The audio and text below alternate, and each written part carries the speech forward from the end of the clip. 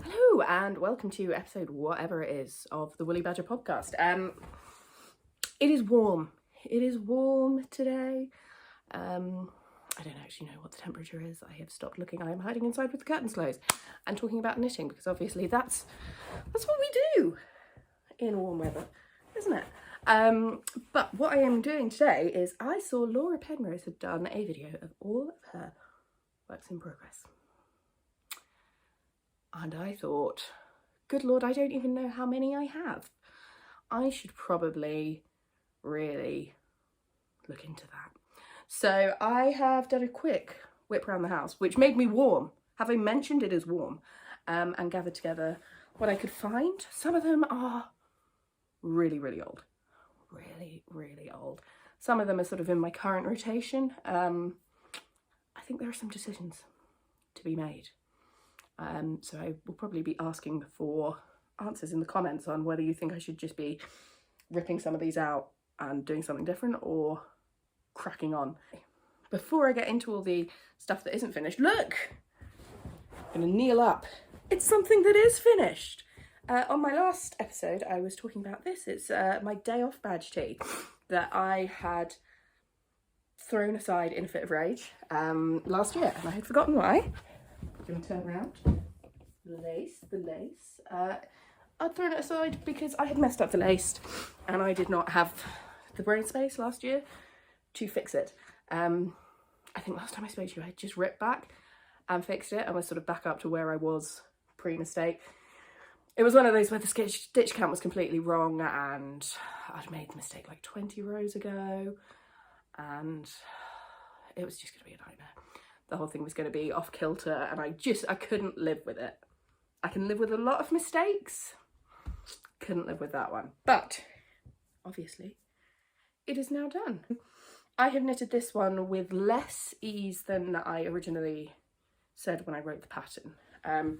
This is a size 4, I think, which is, to be honest, the size I knit most of my patterns in these days because it's the size that sort of fits me nicely on shoulders and upper chest and all of that, and then the boobs get in the way and mess up my full chest measurements. I've previously knitted this in a size 6 and a size 5. I will put up I'll put the size 6 here, I'll put the size 5 here. So yeah, I have less ease at the full bust, but I really like the way it fits the rest of it. So yeah, this one is knitted up in Keld Fingering by Cottage yarns, which is a lovely merino linen singles yarn. Probably is a little bit warm to be wearing a merino today, but I'm doing it anyway because it's just such a nice yarn. It's got such lovely drape to it and just really beautiful. Victoria Eden Cottage Yarns has just done an update which has a lot of Keld Fingering in it, and she has some beautiful, beautiful colours. This one is Meadow. I'm just stroking it. It's always a sign of a good yarn. And they're all this really lovely sort of gently, sort of tonal shift of colour. Really nice. But I'm not here to talk about things I have finished knitting. I'm here to talk about the mass of unfinished projects that are living in my house with me. At this point in time, I genuinely don't know how many they are because there are quite a lot in a big pile and chest next to me that I have yet to dig out. I am going to guess 14,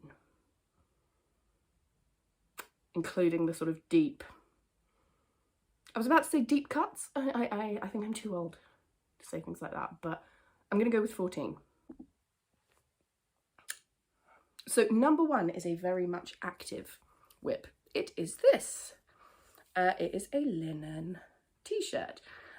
It's on Scrappy on at the moment because I tried it on to see how the fit was, because this I have straight up completely eyeballed.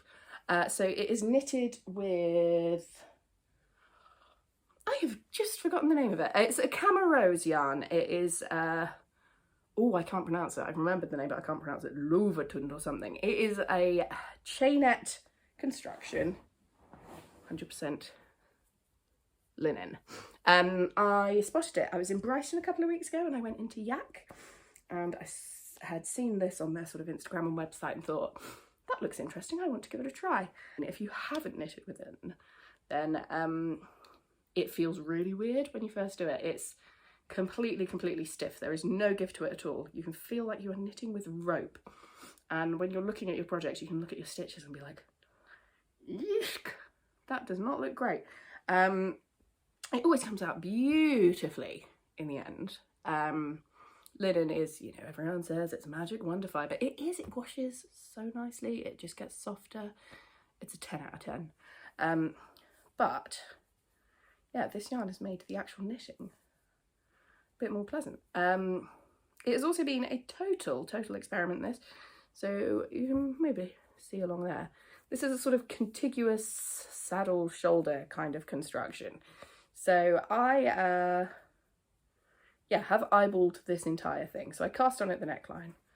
I did some short rows around the back neck to try and lower that front a bit. Did my shoulder seams, and then kind of made up my increases for the sleeves. It is going to get the sleeves just finished off with a round of rib. It's going to get another band of colour at the bottom. It's pretty loose. Lots of ease, boxy, chuck it on kind of summer t-shirt. But I am in fact thinking of writing it up as a kind of wardrobe staple, chuck it on DK-ish option. The CaMaRose is theoretically a sport weight. Blooming love a sport weight. But because my gauge is trash with linen, it knits up to about 19 stitches for me. So I feel like that could make a good slightly loose DK jumper with options for sleeves or short sleeves or, you know, colour blocks, whatever. I have called it Phoebe because I did not even have a plan when I started, or pl even. I did not even have a pl when I started it. Very active, will continue. So that is number one.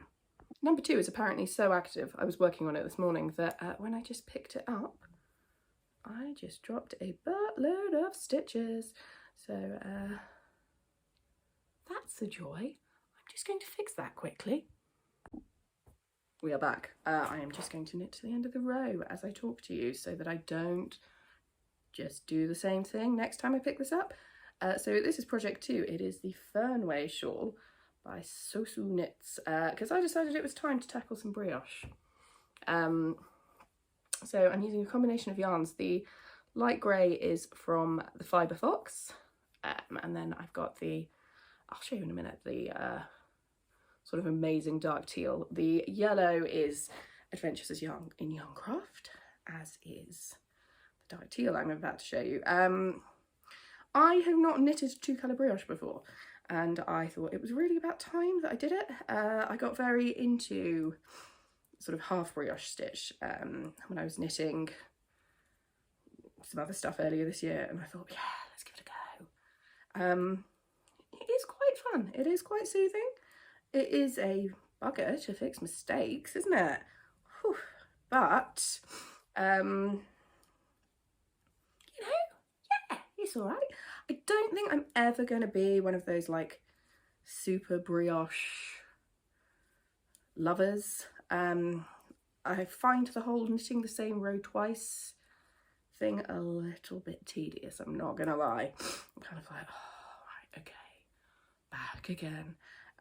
But it is quite nice, especially this, because it's not got any decreasing in it, and the sort of increases are at fairly regular intervals. Quite nice telly knitting. If I want something that's a little bit more engaging than plain stocking stitch, but it doesn't need me to like be properly paying attention, and it works quite nicely for that. That said, I do have a terrible habit of forgetting to increase, so I have had to bodge some of this together. Yeah, I'll just sort of forget to do an increase. Normally at the end of a row, I just sort of, I'm a bit daft like that. But yeah, this is what we're looking at now.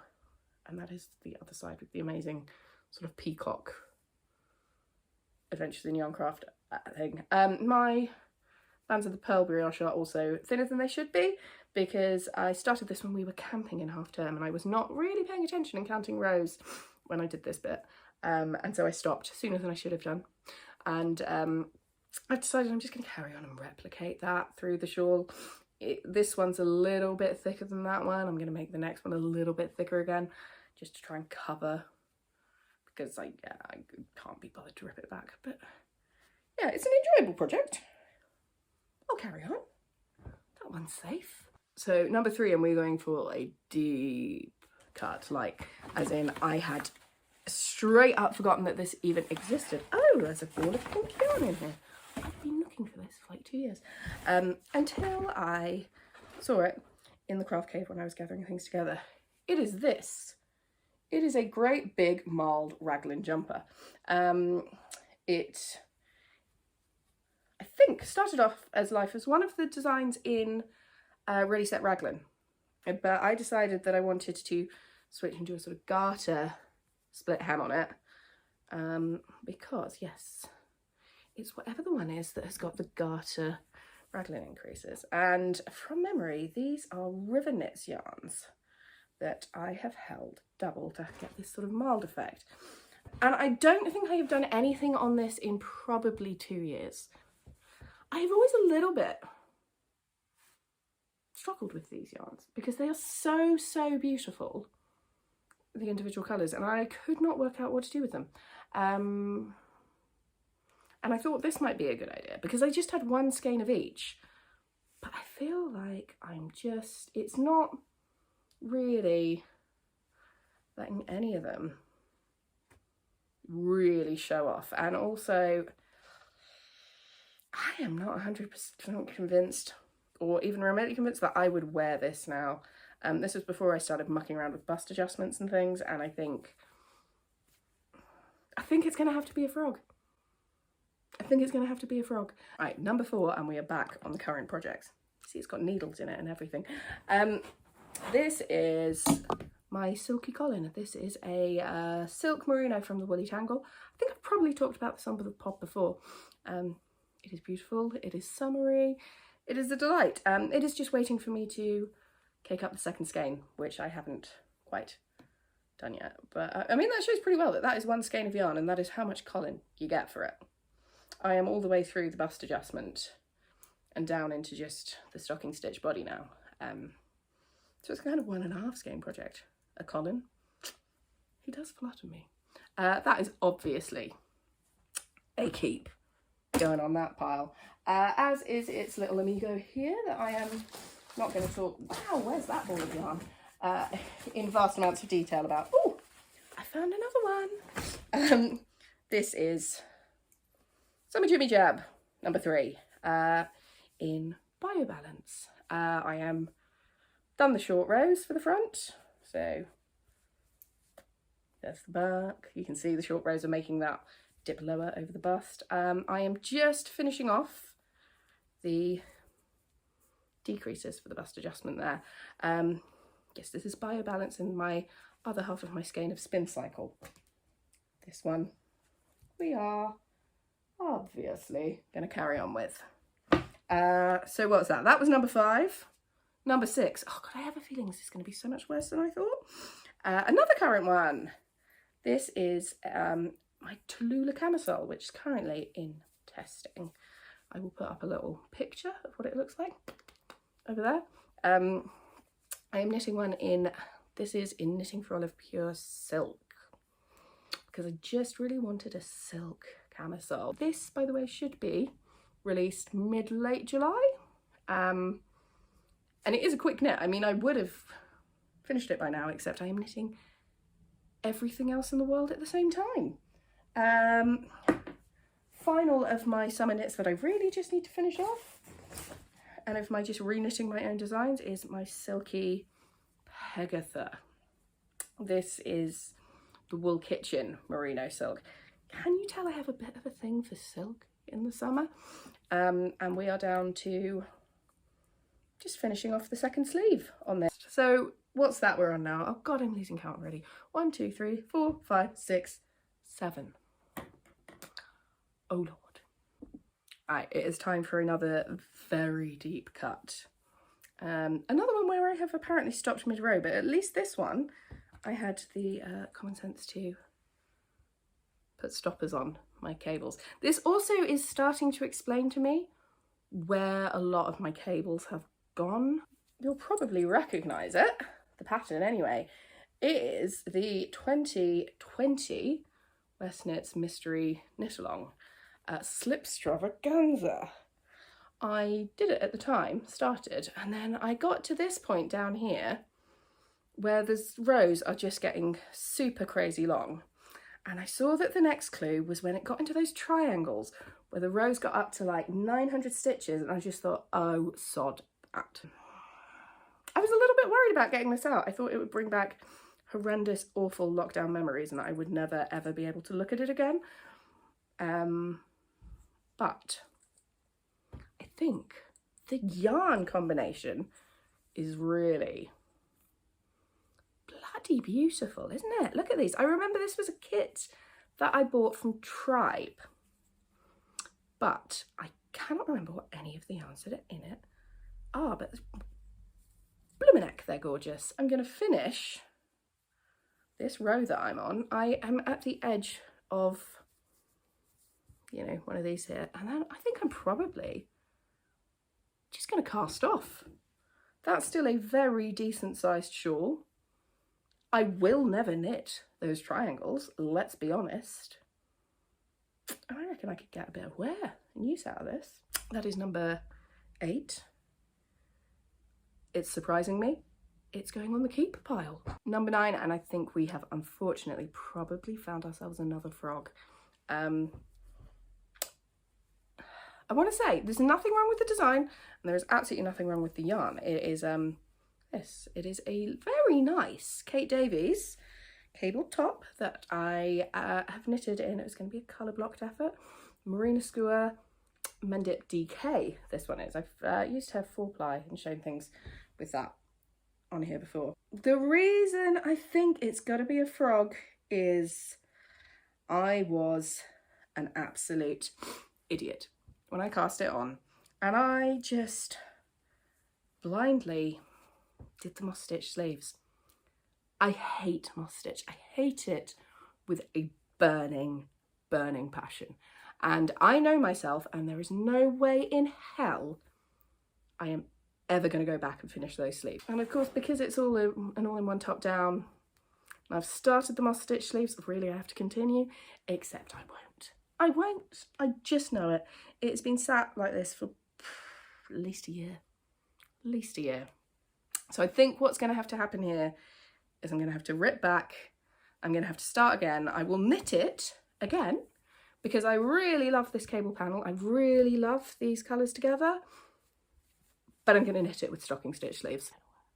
So that, knit number 9, is number 2 on the frog pile. So that's what are we on at the moment? 7 keep, 2 frog. But of the 7 keep, quite a few of them quite near to completion. Right, let's whip through a couple in quick succession. We have a Charolander sock. This is in some Kremke sock yarn, which I love. I have been slowly knitting this sock at sock workshops, which is why it's got a marker in the toe. I like, when I'm knitting toe-up socks, I like to put a marker in the front in the beginning to show me which side is actually the top of the sock as I'm increasing the toes. Otherwise I lose track of how many increases I've done. This is going to be a keep. I will eventually finish it. I will eventually knit the second sock. I have visions of this in a tan brogue with the big ruffle in the autumn. I think that will look superb. Number 11 is another keep. It is this. My enormous, gigantic, marled, scrappy blanket. I did a whole blog post about this, about how you can kind of look at how much yarn you've got and work out how many stitches to cast on and how long your blanket will be and all of that. It's kind of a recipe rather than a pattern, but I will put the link into it in the description. I think in this case, this is possibly going to be like the never-ending blanket. I will just keep knitting it until the end of time. It's time to open the chest. That was fine. That was fine. It was mostly a load of yarn that I straight up forgot I owned. It was like a little chest of wonders. Before I got to the chest though, I did find a couple of projects that are just obvious keeps, but a little bit seasonal, unfortunate, so have fallen by the wayside slightly. First up is this. It is my stripy Semper sweater by the Knit Pearl Girl. Obviously very enjoyable stripes, absolutely love it. Just, I knew I wasn't going to wear it for a while, and I had a lot of summer knitting and designing to do, so put it to one side. Will be returning to it. This is my original sport weight Sina by Jacqueline Cislak that I cast on at the start of the year. I have since knitted a worsted weight one of these, which overtook because it was just so speedy. But this is, you know, I've got the sleeves left to do and the neckline. I should probably get back on this actually. It's quite a good sort of summery, autumny layer. This yarn is Bird Street yarn, sport weight. It is lovely. That is number 12, another solid keep. First thing I found actually in the chest, bouquet sweater from issue 9 of Making Stories. This got a whole load of chat on, I've just dropped a stitch. For the love of God, what is wrong with me today? Yeah, got a load of chat in my last podcast episode, so I am not going to go into this again. It is going to be a keep. I think this is number 13. Yeah, that was number 14. So that's me wrong then. But there were only 2 left. I found another Sherolander sock. And finally, we have the beginnings of an I Smell Snow hat. This exists because it is my teaching hat for when I teach colourwork knitting at No Frills Knitting, which I am in fact starting again tonight. So this slowly makes its way towards completion. Tiptoes, gently. One day it will get there. Who knows when? So yeah, 16. And I apparently think I'm only going to frog 2, and I'm actually going to finish the rest. This may be ambitious. This may be ambitious. I am going to say farewell now. I'm going to do another video soon, hopefully, about my adventures in spinning and starting to look towards autumn design planning. Yeah, I know, it's June. It's ridiculous. But I'm going to leave you. I'm going to turn you around in a mo and show you the absolute catastrophe of a mess I've just created. If there's anything that you think I should definitely just give up on and frog, do let me know. Otherwise, I will see you next time.